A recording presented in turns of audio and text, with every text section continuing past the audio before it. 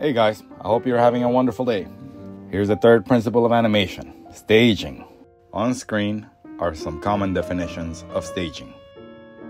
What do you think about when you hear the word staging?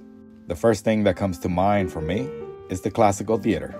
I think of things such as the Phantom of the Opera, Miss Saigon, the Book of Mormon, the opera. I think of all the crazy, beautiful stage setups that help tell the story. Staging in theater can be enhanced with lights, colored lights to enhance moods, background matte paintings, fancy props, crazy, beautiful costumes, all in order to set the mood and drive the narrative. In the world of film and animation, besides the cool sets, we have the added advantage of framing. We get to compose the shot in a manner to help drive the point of interest. Another way that things can be done is through perspective. The perspective makes you look generally at the point of origin,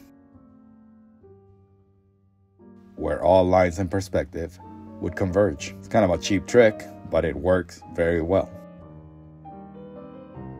Another way of staging the shot is through size and scale. Also placement. In this one here, the focal point is the creature.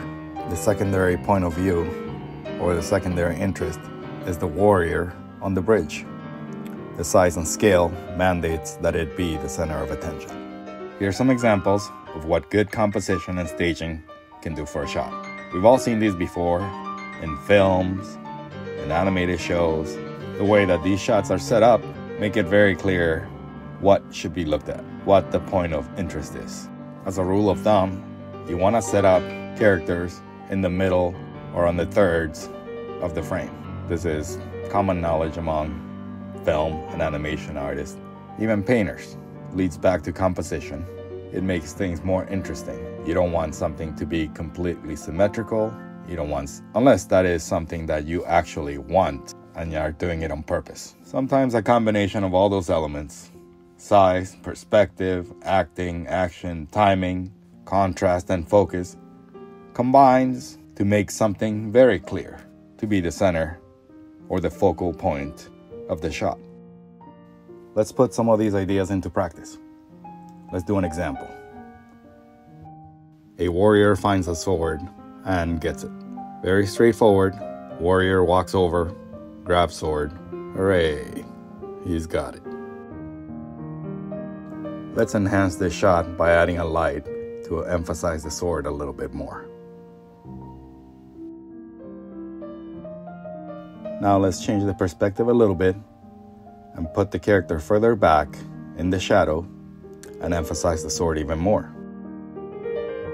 Let's further enhance this by changing the acting a little bit and giving the character a little bit of anticipation and hesitation before getting the sword.